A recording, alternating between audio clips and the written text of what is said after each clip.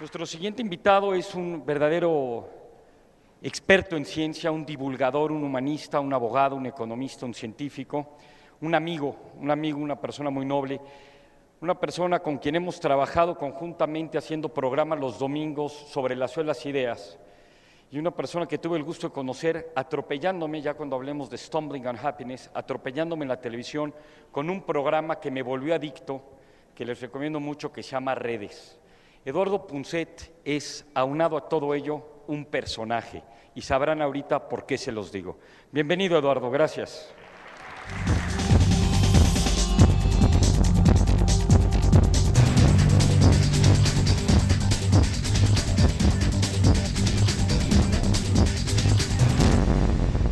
Voy a empezar contando una anécdota que me ocurrió cuando estaba con un amigo, con un científico, en el despacho de otro científico, de un gran neurólogo, y íbamos a empezar la conversación los tres. De pronto sonó el teléfono y este amigo se pasó algo así como un cuarto de hora hablando por teléfono. Y nosotros dos estábamos allí esperando a que terminara la conversación. De manera que cuando terminó la conversación, era un gran psiquiatra, cuando terminó la conversación se sintió obligado a excusarse por la espera y nos dijo, I'm sorry, it was Crick. Crick es el ya muerto, el pobre, estuvo en el programa de Redes. Crick dice que estaba furioso porque la editorial le acababa de rechazar su manuscrito de un libro adicional que iba a publicar, diciéndole exactamente: su libro no hay Dios que lo entienda, haga el favor de hablar con la gente de la calle y luego lo vuelve a escribir. Y este amigo nuestro me decía, y me estaba preguntando a mí si yo conocía a alguien de la calle, porque él no conocía a nadie de la calle. Antes de Puebla, antes de esta reunión, esa era prácticamente la situación entre la ciencia por un lado y la gente de la calle por otro.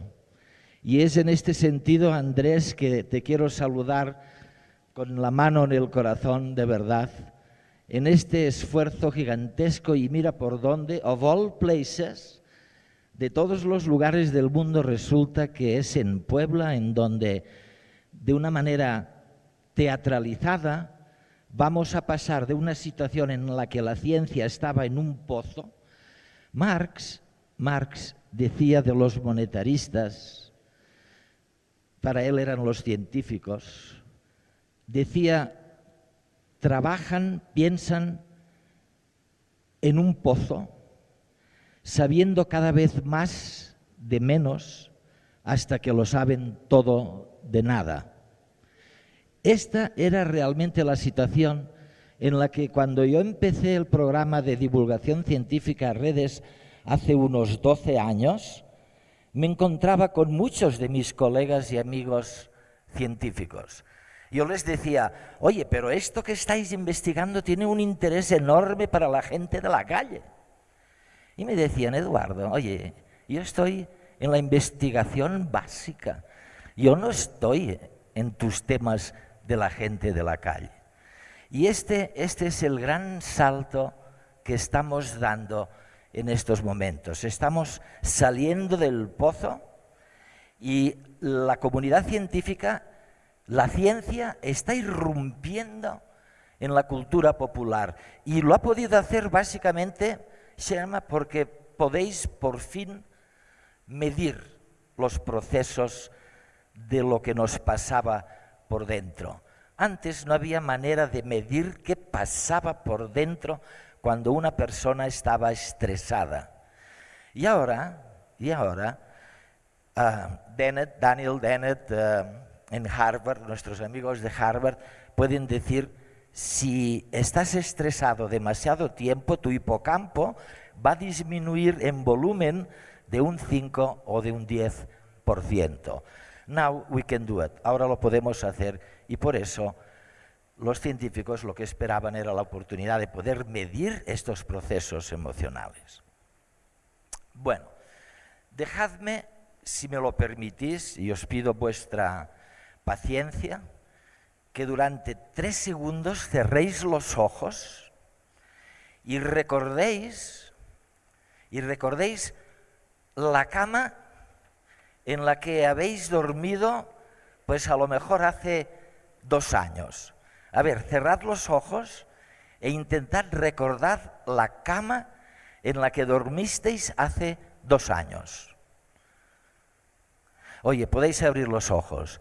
Y ahora imaginad la cama en la que vais a dormir dentro de 5 años. Cerrad los ojos e imaginad la cama del futuro en la que vais a dormir dentro de 5 años. No perdáis más el tiempo porque os voy a decir enseguida que la cama que habéis imaginado para el futuro es prácticamente la misma en la que habéis dormido en el pasado. ¿Sí o no? Sí. Sí, porque somos incapaces de predecir el futuro. Lo único que sabemos es recomponer el pasado. Y esto explica, os lo anticipo ahora, eso explica por qué, en gran parte, nos tenemos que explicar este hecho increíble de una capacidad infinita de la gente para hacerse no feliz. Lo he pasado muchos años estudiando la felicidad, no, sino para ser infeliz. ¿Por qué motivos la gente, nosotros, tenemos esta capacidad infinita para hacernos infeliz? Y ahora dejadme ya, volveremos a este tema, pero dejadme que vuelva a lo que Andrés me había pedido que habláramos, que nos predispone. Y os diré enseguida que lo que nos predispone más, desde luego, es controlar nuestra propia vida. De lo que tenemos una necesidad absoluta, y esto lo hemos visto cuando hemos intentado analizar las dimensiones de los índices de felicidad, es tener un cierto control de nuestra existencia, de nuestra vida. Cuando los estudiantes de último curso en el Instituto Químico de Sarriá, donde yo doy clase, me vienen y me dicen: Eduardo, ¿qué trabajo crees que debiéramos elegir? ¿Qué oferta de trabajo? Siempre les digo: oye, he elegido un trabajo en donde vais a poder controlar algo de lo que hacéis, de manera que no tengáis nunca la sensación de que estáis trabajando para nada. O sea que realmente lo que más nos apetece es controlar algo de nuestra vida. Y la segunda cosa es algo que hace ya muchos años el fundador de la psicología moderna había descubierto, y en lo que estáis todos vosotros empeñados. Estáis todos empeñados, aunque os cueste admitirlo, en conseguir el reconocimiento y el amor del resto del mundo. Cuando erais pequeñitos en casa, con los ojos grandes que tenéis y la estatura y la piel fina, era muy fácil ganar el amor de la gente de casa, la tía, la abuela, el padre, la madre. El problema se plantea cuando intentas ganar el reconocimiento y el amor del resto del mundo, porque allí no te conocen. Y hablar con el resto del mundo es muy complicado, porque no tenemos reto mayor en la vida que la de hablar y convencer al resto del mundo. Afortunadamente, hemos descubierto 2 cosas que facilitan enormemente el lograr este reconocimiento, este amor del resto del mundo. Y os las voy a decir gratis, Andrés. Sí, son 2 cosas. Primero, necesitáis que en el entorno afectivo, que va desde el vientre de la madre hasta los 5 o los 6 años, generéis una cierta autoestima, una cierta seguridad en vosotros mismos para poder lidiar con el desafío mayor con el que os encontraréis, que será vuestro vecino. Necesitáis una cierta autoestima, un cierto sentimiento de seguridad para poder abordar realmente al resto del mundo. Y la segunda cosa que tenéis que haber conseguido también antes de los 6 años, desde que estabais en el vientre de la madre hasta que tenéis 5 o 6 años, es que lo habéis pasado tan bien con la tieta, la madre, el padre, la abuela, el abuelo, lo habéis pasado tan bien que os han sacado de la cuna cada vez que berreabais, cada vez que llorabais. Lo habéis pasado tan bien que os han quedado unas ganas profundas de continuar profundizando en el conocimiento y en el amor del resto de las cosas y del resto de las personas. De manera que yo lo veo cuando entro en un ascensor o me meto en un tren o me voy a un estudio en televisión, lo veo enseguida. Hay personas que están en este mundo de los adultos con una cierta méfiance, que dirían los franceses, con un cierto rechazo, con una cierta indiferencia, porque algo pasó en aquellos primeros años que les impidió realmente fertilizar, profundizar en este conocimiento, en este amor del resto de las cosas y del resto de las personas. Y dejando el caso de los psicópatas aparte, hay algunas personas que llegan a este mundo adulto con ganas de destruirlo, sencillamente, de apartarlo forever, de eliminarlo para siempre porque no tiene nada que ver con ellos. Y luego estáis vosotros, que habéis llegado a este mundo adulto, como digo, con ganas de profundizar en él y de conocerlo cada vez mejor y más de cerca. ¿Qué otra cosa? Yo supongo que me he agotado el tiempo, ¿no, Andrés? Prácticamente. Sí. Ay, ostras, está escrito. Qué bien. La segunda cosa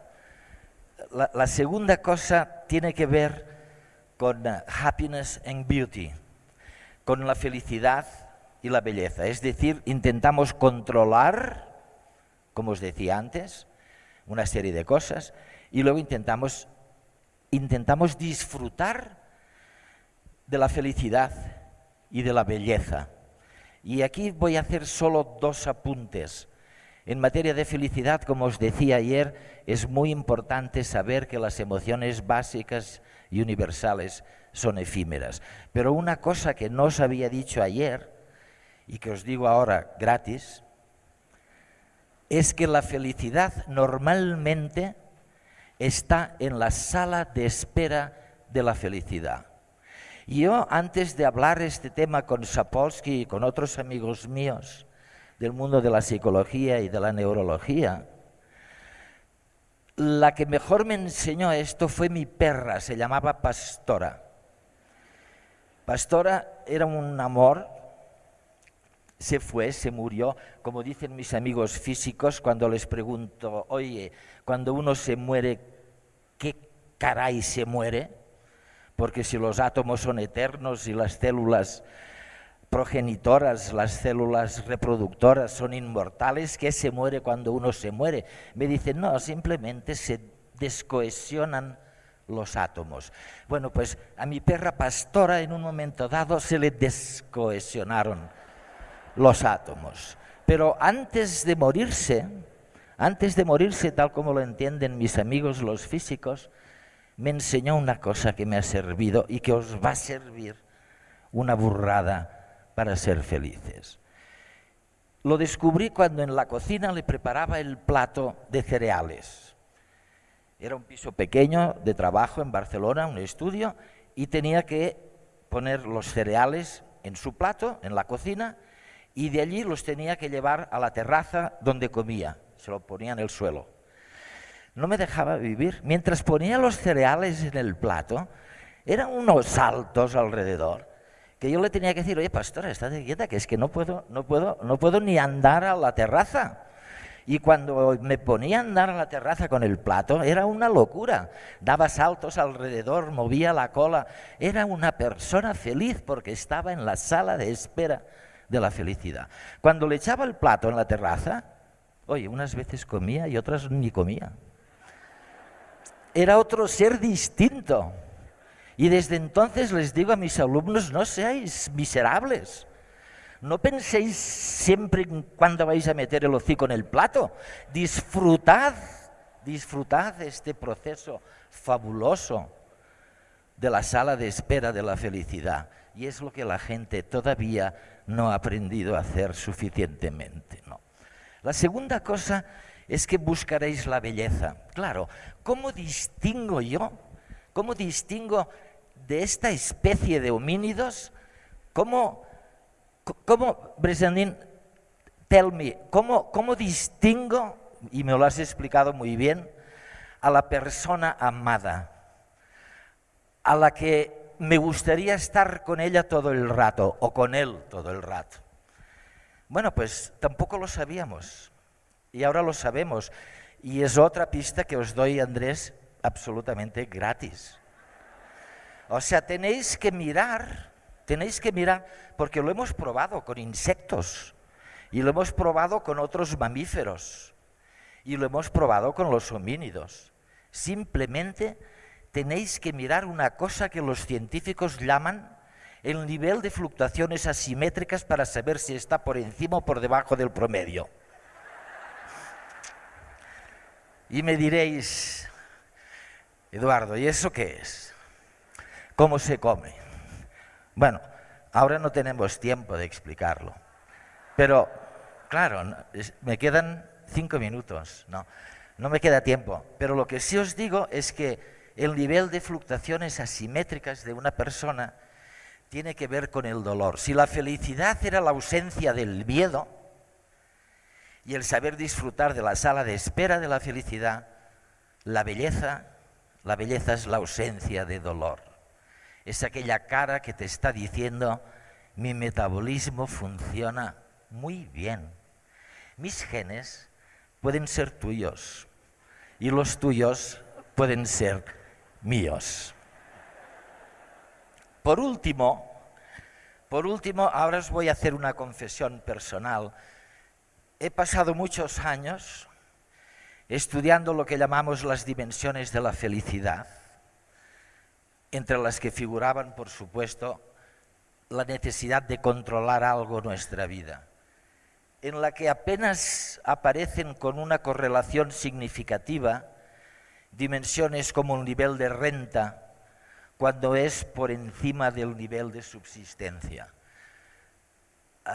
Pero lo que sí sale siempre es que las relaciones personales son extremadamente importantes, lo que más. Pero bueno, dejemos de lado, porque la conclusión personal a la que llegué después de muchos años de reflexionar sobre este tema es que lo que debiéramos estudiar, Daniel, lo que debiéramos estudiar in the future no es tanto las dimensiones de la felicidad, sino las razones de esta capacidad infinita para hacerse infeliz que tiene la gente. Porque esto es incomprensible.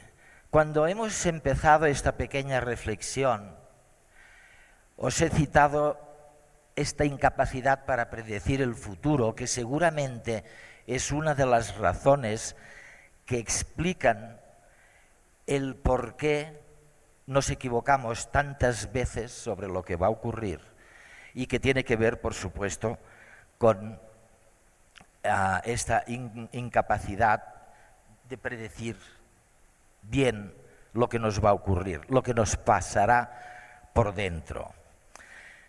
Otra razón que explica probablemente, es un estudio que está empezando y vamos a poner a todos los Daniel del mundo, incluido Dennett, a estudiar este tema. ¿Por qué caray, dado como son las cosas, por qué caray hemos generado esta capacidad infinita de hacernos infeliz? Una razón adicional que ya hemos descubierto es algo que llamamos la incapacidad para cambiar de opinión. Y en esto es un mexicano, un gran neurólogo mexicano de la Universidad Autónoma. Tiene un nombre extraordinario, no por extraordinario, sino porque no hay Dios que se acuerde. Se llama Ranulfo Romo. Ranulfo Romo es un gran amigo, es un gran neurólogo. Y él ha descubierto que cuando se tiene una textura cerebral sofisticada, como la de un mono rhesus con los que él trabaja, resulta que los monos han aprendido a cambiar de opinión. Oye, dicen, por favor, deme una zanahoria, y se les queda reverberando aquí al lado lechuga. Y a lo mejor, medio minuto después, dicen, oiga, donde dije zanahoria, querría una lechuga. O sea, los monos, al contrario de todos ustedes, cambian de opinión. No les importa cambiar de opinión. Y claro, es fundamental. Y sin embargo, no sabemos, bueno, no solo no sabemos, hemos descubierto con resonancias magnéticas que cuando hay una disonancia, cuando yo le digo a alguien algo que va en contra de sus convicciones profundas, no solo las cualifica y las mediatiza, no, desconecta los circuitos cerebrales para no enterarse de que hay una opinión distinta, no sea que le hicieran cambiar de opinión.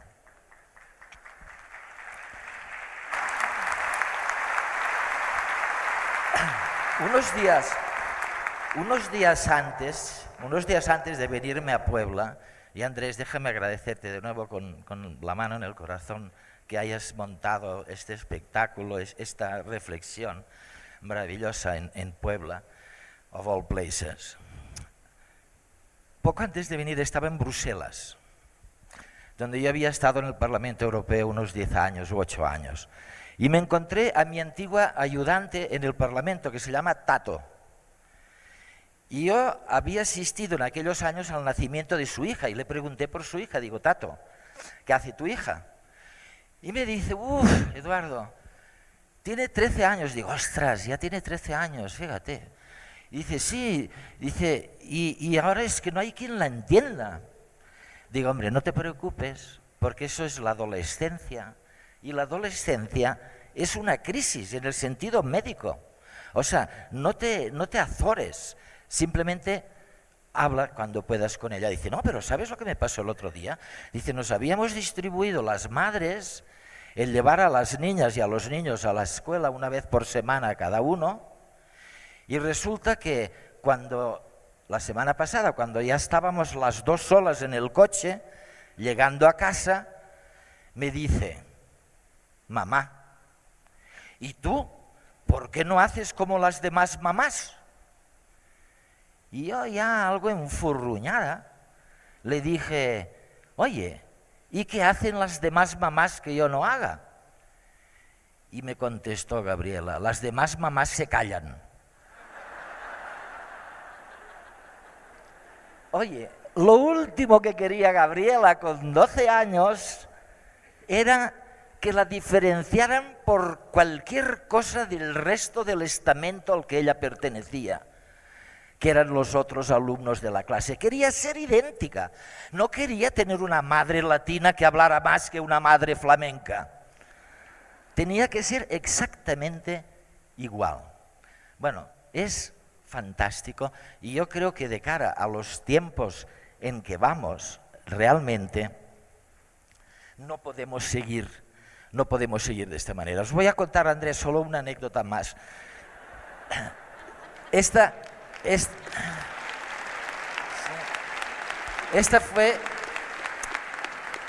fue con mi nieta, y claro, vi una oportunidad gloriosa de utilizar lo que me habían enseñado mis amigos físicos de la comunidad científica, ¿no?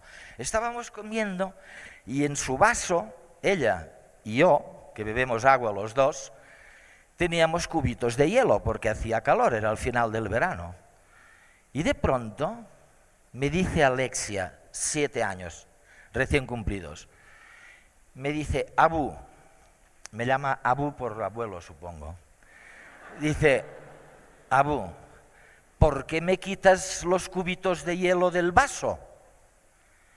Y yo me quedé pensando, digo, pero si yo no le he tocado los cubitos de hielo del vaso, para nada.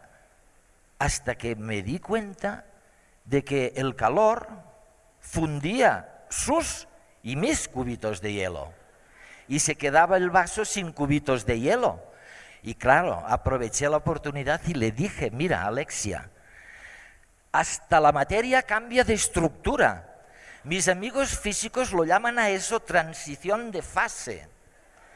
O sea que no te preocupes nunca cuando llegue el momento de que tengas que cambiar de opinión, si hasta la materia cambia de estructura. Y con este con este deseo os digo adiós y muchas gracias. Bravo.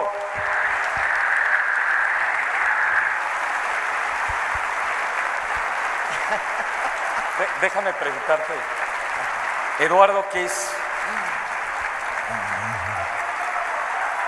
Gracias. Bravo. Gracias. Y para vosotros. Eduardo, aprovechando que ya nos diste gratuitamente, se lo voy a decir a los patrocinadores del evento, no, una fórmula de la felicidad, una fórmula de la memoria.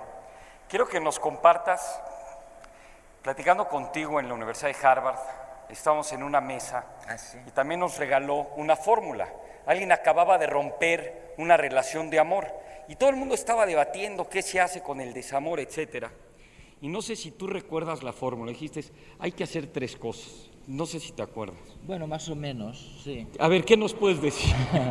Hablando de tu libro de la memoria. Una es de Antonio Damasio, no es mía, y dice, hay que sustituir rapidísimamente, ya sé que es muy difícil. ¿Un clavo saca otro clavo? Claro, exactamente. Hay que sustituir una emoción negativa, un desamor, por una emoción positiva de la misma intensidad, pero de signo contrario. Ahora, ¿cómo signo contrario? Claro. Ahora, una amiga epiléptica mía es una gran amiga y yo no sé cuándo es más inteligente, si cuando tiene una crisis o cuando no la tiene. Sí. Me dijo, mira, está muy bien eso, Damasio tiene razón, pero tienes que hacer algo más, porque si no, no consigues cambiar de una emoción, de un desamor a un gran amor. Y tienes que cambiar, variar el entorno, dejar de ir a los bares donde ibas, a lo mejor cambiar de amigos, o sea, situarte en otro contexto. O sea, que ya les damos 2 razones para sobrevivir a un desamor. La tercera probablemente es acordarse siempre de que el amor no ha variado de lo que era hace 3.000 millones de años para la primera bacteria, que estaba aterrada cuando de pronto se da cuenta que caían meteoritos por todos lados, que hacía un calor tórrido con una temperatura de miles de grados, y lo primero que hizo fue soltar un líquido que decía, hay alguien más, que estoy asustada. Muy bien. Gracias, bravo, por favor. Gracias.